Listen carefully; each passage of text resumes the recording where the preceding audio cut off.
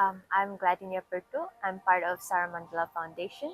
I am part of the Forgotten Folklore Project, TFFP, and I'm working there as an illustrator as well as a designer and taking care of the whole look of the books, the content that we create. Hi, I'm Ritika, and it's been almost 6 months I joined Sauramandala. I joined as a data analyst there. So I'm also working with Glific right now by creating flows and uh, forming them into a way through which we can deliver to Anganwadi workers, which is our main goal as of now. We want to deliver our content in digital format to Anganwadi workers and try to help them with seeing if they can use that content in their curriculum that they have.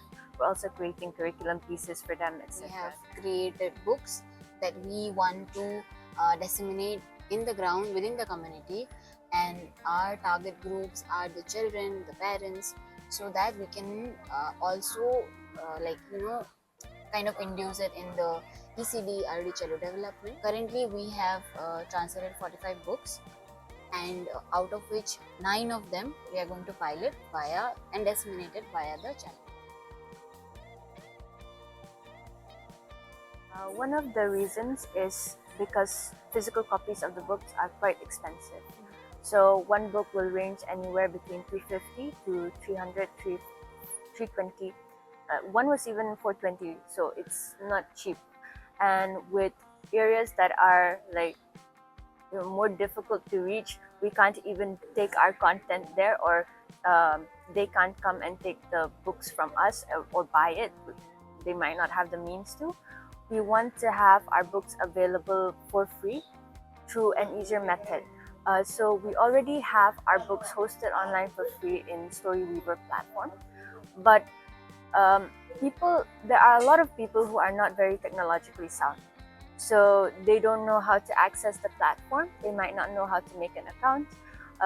So with every book we always have the Storyweaver platform linked so that people can just access the book whenever. But the ground reality is that not a lot of people will even know how to scan a QR code sometimes. So also I'd like to add to that. So what the bot is also doing for us is we have built the flow in such a way that it's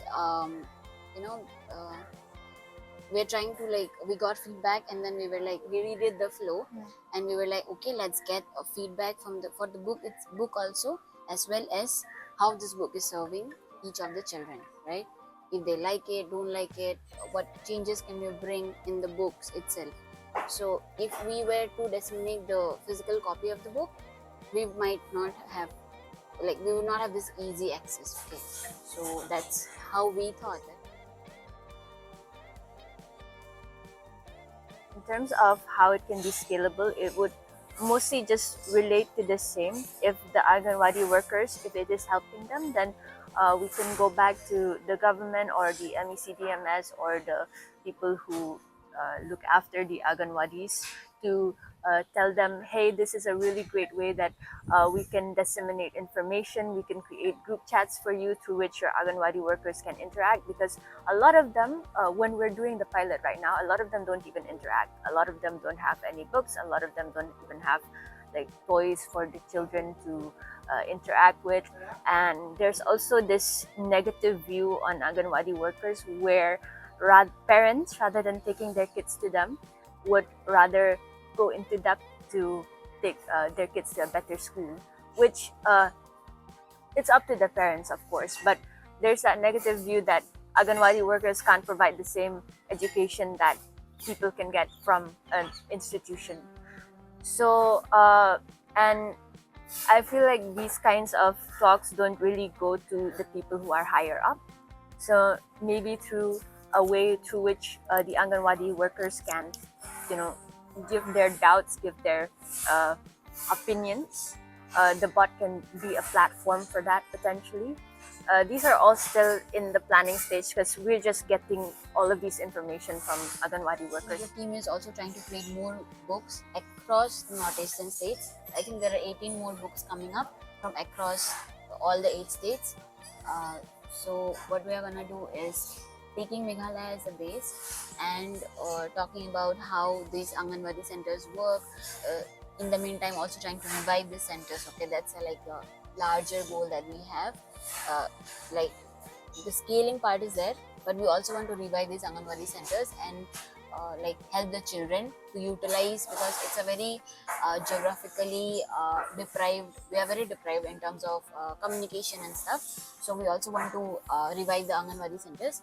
So when it comes to so keeping Meghalaya as a base, we want to go across all the northeastern states and utilize maybe different flows with the help of maybe Google Sheets, and maybe explore more on how these chatbot can help us, like different flows. There was a time when I was having a headache because I couldn't separate the people who are opted in and people who haven't opted in yet. So I wanted to separate the flow so that the people who have already opted in don't get the same message. I had a very hard time with that. But then I searched around quite a bit through your guides, and I was able to come to a solution. And then I was like, my brain is finally resting. Yeah, yeah. And I have no problems, and you guys are always available on the Discord as well. So whenever I have any issues, I'm always pinging Sangeeta to help with something. Sometimes I feel bad for her. I feel like I'm bothering her with the questions, but she's always ready to help. So I'm always grateful.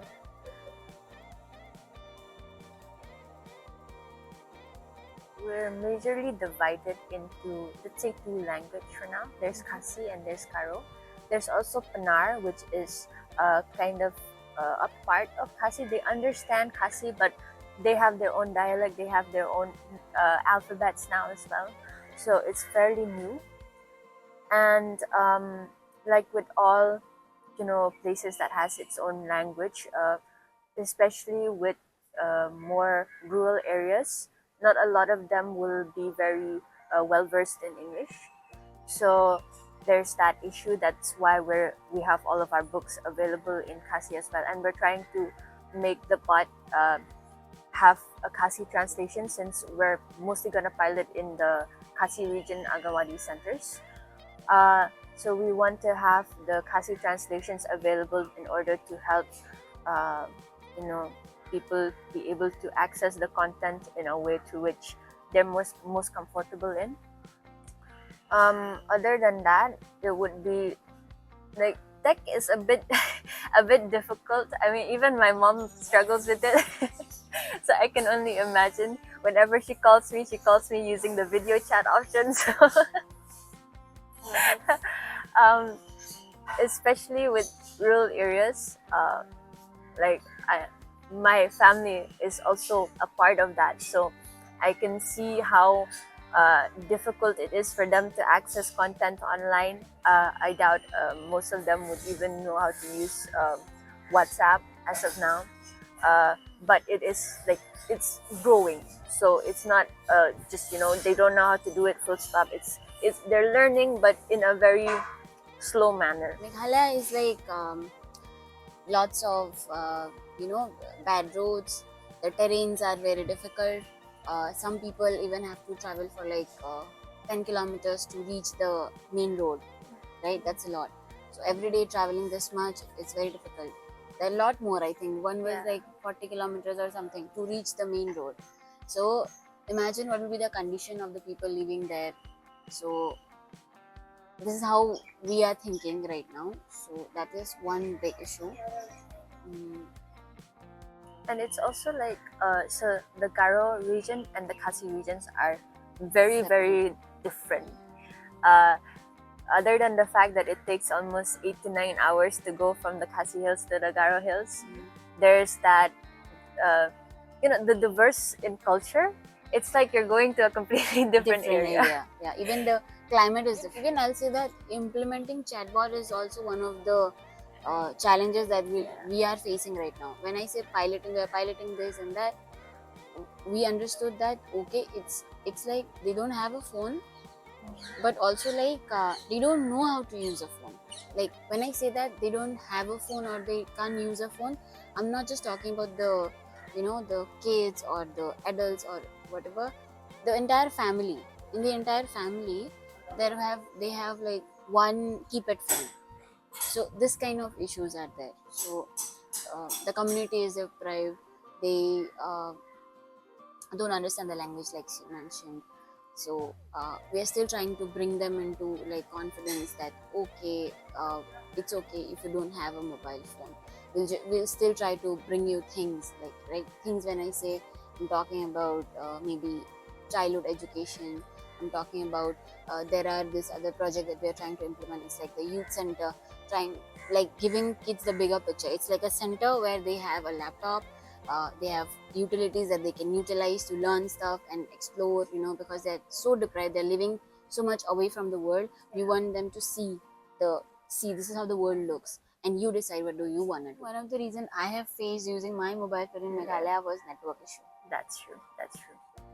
because it's a hilly region, and there is a 4-story building. I live in the basement, no network. So you imagine if we are in the remotest of Meghalaya, imagine how much network will reach them. So maybe they don't feel the need to even like have a mobile phone, because there is no network. You cannot connect to people. They'll just utilize it in person contacts and stuff. And also, I think some of them are very secretive of how they live, right? That's also another part of it.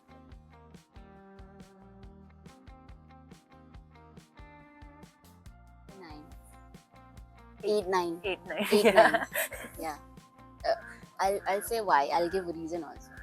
Because there might be a possibility that there is an NGO who don't have a tech person, and also like who can't even like leverage. Like, so I don't think Glific can maybe go in and help all together set up everything